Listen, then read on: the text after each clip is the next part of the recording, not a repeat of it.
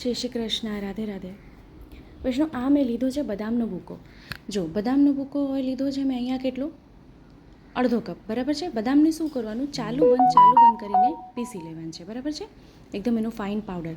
હવે જો મેં આ વિડીયો મેં પહેલાં આપ સાથે શેર કર્યો છે, પણ આ બીજી રીતે શેર કર્યો હતો. તો એ ટાઈમ પર મને એ પછી બી ઘણા વૈષ્ણવને એવી કમેન્ટ આવી કે હવે પલાળેલી બદામ ના હોય તો કેવી રીતે સામગ્રી થાય. તો આવી રીતે આપણે સામગ્રી કરી શકીએ છીએ. તો જેના માટે પહેલાં બદામને પીસી લેવાની, બરાબર.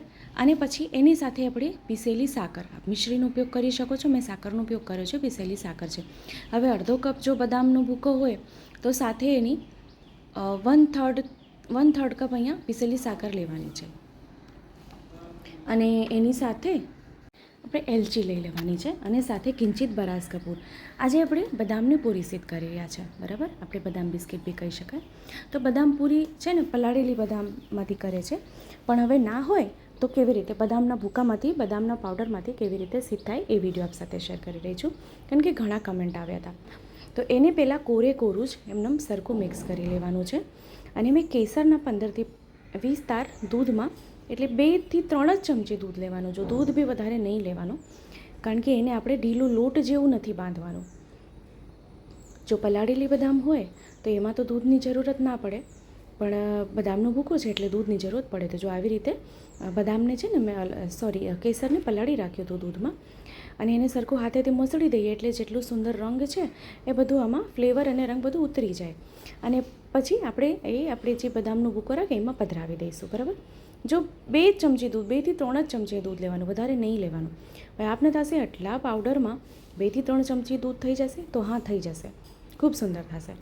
તો વિડીયોને હું કટ નથી કરી રહી, જેથી આપને હું પ્રોપર સમજાવી શકું કે કેવી રીતે આપણે કર્યું છે. તો જો વિડીયો ગમે તો લાઇક કરશો, આપણા ગ્રુપમાં શેર કરશો, જેથી વધુથી વધુ લોકો સુધી વિડીયો પહોંચે અને એને પણ વિડીયો ઉપયોગી થઈ શકે. તો જો પહેલાં આપણે જે પલાળીને બદામ કરીએ એનો રંગ એકદમ સુંદર હોય છે, શ્વેત હોય છે. ને આજે કારણ કે આ પલાળેલી બદામ ન હોય ને, તો એટલે એનો રંગ સેજ જેવું ઝાંખું આવે છે, પણ ખૂબ સુંદર થાય છે, કારણ કે આમાં છાલ હોય છે ને, આમાં ફોતરા હોય છે, અને પલાળેલીમાં ફોતરા નીકળી જાય છે, બસ એટલો જ ફરક છે, બીજો કોઈ ફરક નથી. પણ સામગ્રી બંને રીતે સુંદર થાય છે. તો જો દૂધ મેં વધારે અહીંયા નથી લીધું, ખાલી જે પાત્રમાં આપણે કેસર પલાળી રાખ્યા હતા એને બી આમાં લૂછી લીધું છે, જેથી શું છે કે એ બી જરાક એવું 1-2 ટીપા જે દૂધ છે એ બી આમાં સમાઈ જાય. તો અહીંયા જો સેજ આપણે પહેલાં કઠણ લાગશે, બરાબર છે કે કઠણ છે, પણ આ સુંદર થશે. પછી એને શું કરવાનું, એને એક પ્લાસ્ટિક લેવાનું, કોઈ બી પ્લાસ્ટિક લઈને એના પર એને સરખું રાખીને વણવાનું, અથવા હાથેથી નાની નાની પૂરી કરી શકો છો, પણ વણાઈ જાય એવું છે, સુંદર વણાઈ જશે આ. પણ આપણે એ હાથેથી બી કરીને દેખાડું. પછી સરખું મોટું વણીને કોઈ નાનકડું કૂકી કટર હોય, કોઈ ઢાંકણ હોય નાનું, એનાથી સરખા આકારના કટ કરી લેવાના, એટલે પૂરીનો આકાર કરી લેવાનો એને. તો આવી રીતે જો સરખું થઈ ગયું, એકદમ બાઇન્ડિંગ આવી ગયું, અને એકદમ ગોળું થઈ ગયું ને. તો જો ચેનલ પર નવા આવ્યા હોય તો ચેનલને સબસ્ક્રાઈબ કરશો, બેલ આઇકોન હિટ કરશો, જેથી જ્યારે બી કોઈ વિડીયો અપલોડ કરું તો આપ સુધી નોટિફિકેશન આવી જાય. તો આમાંથી આવી રીતે નાના નાના લુઆ લઈ લેવાના છે, અને એની નાની નાની પૂરી આપણે બનાવી લેવાની છે. આવી રીતે હાથેથી આ થઈ જશે, પણ આવી રીતે આ વણીને બી કરશો ને તો બી સુંદર થઈ જશે આ.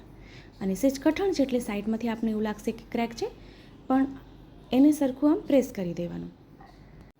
તો આપણે છે ને આવી રીતે જ બધી પૂરી સિદ્ધ કરી લઈએ. તો મેં છે ને એક હાથેથી વણી, પછી આ બધી પૂરીઓ છે ને મેં વણીને કૂકી કટરથી કટ કરી લીધું, જેથી શું છે એક સરખી થાય. તો આટલી જાડી આપણે આ રાખવાની છે, સાવ પતલી નહીં કરવાની, એ ધ્યાન રાખવાનું.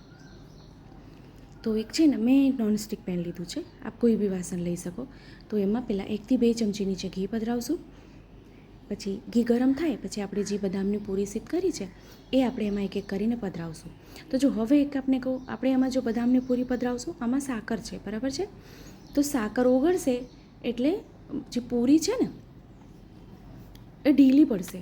તો એમાં, અને હા, ગેસની આંચ જો ધીમી રાખવાની, એ હું એકદમ ધીમી, મીડિયમ નહીં, સાવ ધીમી રાખવાની. અને એને આવી રીતે એક એક કરીને થોડીક દૂર રાખવાનું, કારણ કે સાકર છે ઓગળશે એટલે થોડુંક ફેલાશે, સ્પ્રેડ થશે, તો એટલે થોડું દૂર રાખવાનું. અને પછી આવી રીતે, અને પછી કોઈ બી તાવેથાથી કે જેવી રીતે આપને ફાવે કોઈ બી સ્પેચ્યુલાથી આપ એને ફેરવી દો બંને બાજુ ધીરે ધીરે, એકદમ હળવે હાથે, એકદમ કોમળતાથી, કારણ કે સાવ કોમળ છે આ સામગ્રી. સાકર ગરમ થશે એટલે સામગ્રી ઢીલી થશે, તો બહુ કાળજીપૂર્વક એકદમ સહેજતાથી આપણે એને ફેરવાનું છે. જો આવી રીતે ધીરે ધીરે ફેરવી દેવાનું છે, બરાબર છે. અને બંને બાજુ ગોલ્ડન બ્રાઉન થઈ જાય પછી આપણે એને કાઢી લેવાનું છે. અને એને સિદ્ધ થતાં વાર નથી લાગતી, આપણે કહું બહુ સુંદર અને બહુ ફટાફટ થઈ જાય છે. તો આવી રીતે જ આપણે બધી પૂરી અહીંયા સિદ્ધ કરી લઈએ. તો ખૂબ સુંદર અને સરળ રીતે એકદમ સરળતાથી સિદ્ધ થઈ જાય બદામની પૂરીનો વિડીયો આપણે જોયો. તો આપને આમાં કંઈ જો ના સમજાતું હોય ને તો આપ ફરીથી કમેન્ટ કરશો, ચોક્કસ રિપ્લાય કરીશ. તો બંને બાજુથી આપણે ફેરવીને જોઈ લઈએ ગોલ્ડન બ્રાઉન રંગની થાય એટલે. અને જો આ સામગ્રી છે ને આપ 1 મહિનો રાખી શકો છો, આમાં સ્મેલ નહીં આવશે અને આ સામગ્રી ખરાબ બી નહીં થશે. તો આવા સામગ્રી વધારે પ્રમાણમાં જો સિદ્ધ કરો તો એરટાઇટ ડબ્બામાં ભરીને રાખો, નહીં ફ્રીજમાં નહીં, રૂમ ટેમ્પરેચર પર રાખવાનું. 1 મહિનો આરામથી આ સામગ્રી રહેશે. તો આવી રીતે જો બધી બદામની પૂરી સિદ્ધ કરી લીધી છે. આપ જો કેટલું સુંદર એનું ટેક્સચર પણ આવી ગયું છે અને ફૂલી છે બી. તો હવે આપણે એને પાત્રમાં સાજી લઈએ.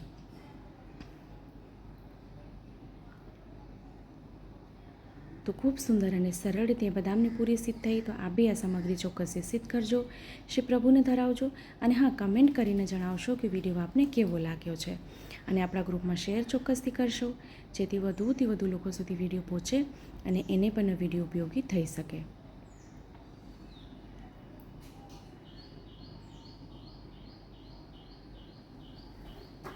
તો આપણે આવી રીતે જ મળશું નવા વિડીયો નવી સામગ્રીની સાથે. ત્યાં સુધી આપ સૌને મારા જય શ્રી કૃષ્ણ.